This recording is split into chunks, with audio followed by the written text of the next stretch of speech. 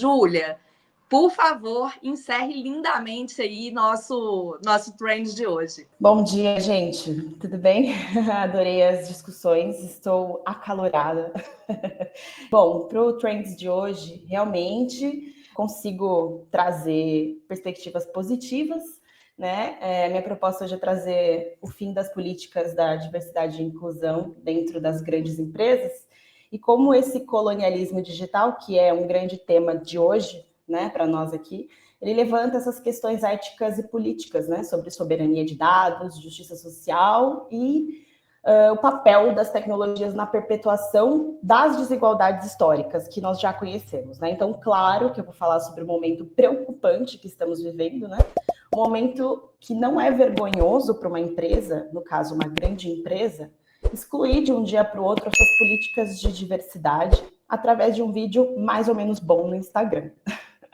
Então, a que ponto chegamos, né? Gosto sempre de trazer uma linha do tempo. Em 2020, a gente teve os protestos, os movimentos do Black Lives Matter. E após os protestos globais, houve um aumento significativo, né, na pressão para que as empresas reconhecessem e abordassem o racismo estrutural e a desigualdade racial.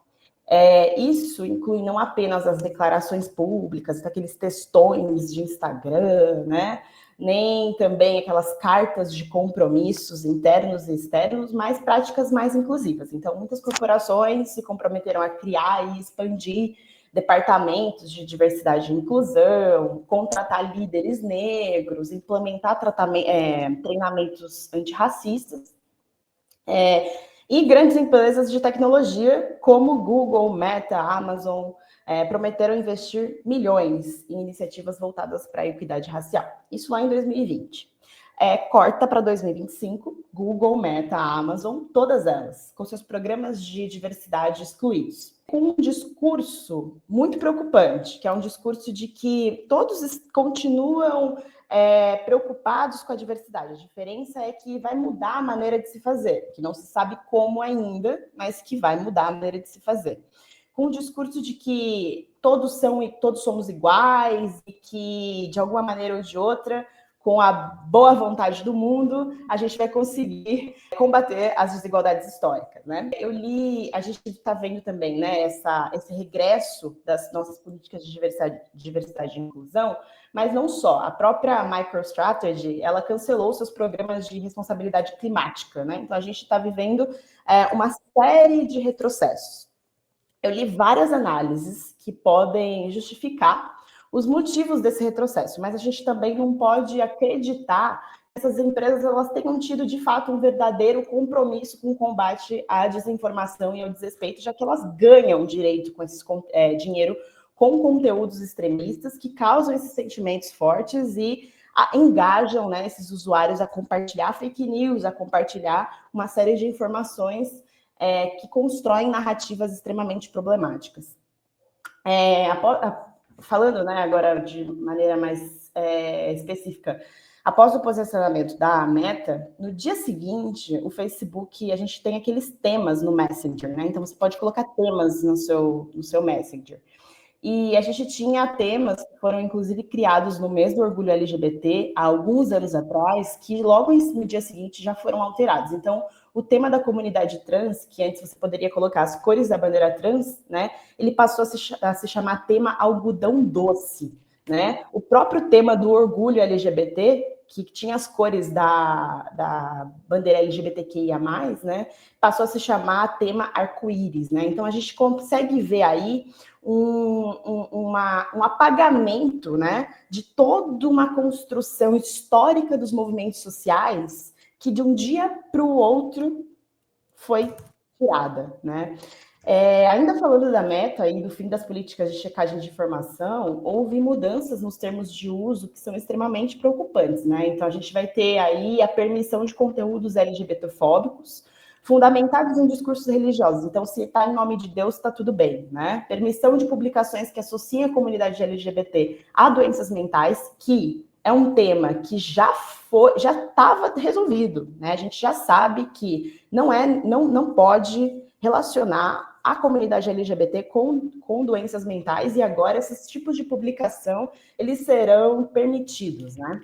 além de uma série de permissões que são assustadoras e, no mínimo, irresponsáveis, vai. E é isso que acontece quando uma plataforma privada ela se coloca como um espaço público. E as suas regras são decididas pelos seus únicos donos, né? Como muito bem colocado no livro do Sérgio Amadeu, né? Que é o Sérgio Amadeu da Silveira, ele é autor do livro Democracia e seus Códigos Invisíveis.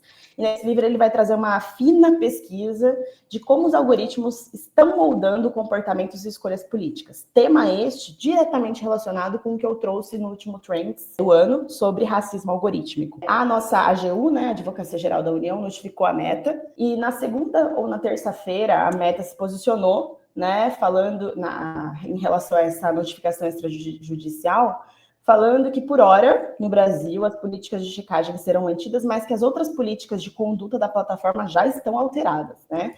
Para nós aqui no Brasil, logo no Brasil, é um tema de muita relevância, já que nós somos grandes produtores e consumidores de fake news.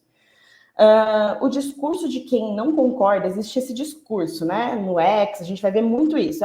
Se você não concorda, que você desinstale, saia, né, das redes. Isso é um discurso que eu não quero nem comentar muito, só que vou passar por ele, que, assim, é um privilégio quem fala isso, né? É um privilégio de uma elite muito específica, de quem não depende das redes sociais para gerar emprego e renda. Segundo o Sebrae, 51% dos empreendedores no Brasil são negros e desses 51%, todos eles dependem unicamente das redes sociais, ou quase 100% das redes sociais. Então, ou seja, né, quem mais precisa das redes sociais para sobreviver será obrigado a navegar em um território sem leis, onde algoritmos se provam cada vez mais coloniais e racistas.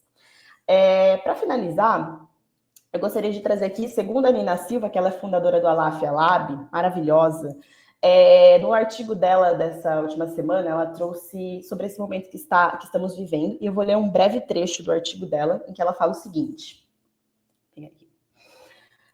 O que os novos acontecimentos mostram é que o problema pode ser muito mais profundo. O fato das plataformas se assumirem como atores políticos ativos, com uma visão de liberdade de expressão irrestrita, atrelada à ideia de que o combate à desinformação é uma forma de censura, evidencia mais uma vez que o problema pode ir muito além do que acontece dentro das plataformas. Se até aqui a postura delas foi de dizer que estavam fazendo tudo o que podiam para combater conteúdos nocivos, mesmo a gente sabendo que isso não era o suficiente, né? Agora sequer parecem reconhecer que faça sentido considerar esses conteúdos como nocivos, né? Fica cada vez mais explícito, então, o que várias pesquisas já vão nos dizer. A questão da desinformação é uma questão mais política do que de comunicação. Eu acredito que tudo isso está muito bem explicado quando eu me deparo com o termo colonialismo digital, que é um conceito que descreve como as tecnologias digitais, especialmente aquelas desenvolvidas e controladas por grandes corporações ou países hegemônicos, elas vão perpetuar estruturas de poder desigual, né? Explorando uma dominância cultural, econômica e política a países menos desenvolvidos. O termo ele vai enfatizar a continuidade das práticas coloniais na era digital, com foco na concentração de dados, controle de infraestrutura digital e imposição dessas normas culturais e sociais. Eu finalizo aqui minha fala reproduzindo o que os movimentos negros e sociais vêm recomendando, que não devemos recuar. Se você é uma pessoa pertencente a alguma minoria ou é um apoiador das causas sociais, que a gente possa usar os nossos espaços de poder para colaborar com a construção de um mundo que celebra a diversidade, um mundo em que as monoculturas de pensamento, as monoculturas de posicionamento, não molde o nosso futuro, né? É necessário disputar esse território digital e fazer isso sabendo que o digital é mais do que nunca um espaço de disputa, né? É um espaço que reproduz as colonialidades e racismos do mundo todo. Então, hoje, infelizmente, não vou poder trazer, né, tantas narrativas positivas, mas eu acredito que eu finalizo aqui com essa fala e agradecer a todos por hoje.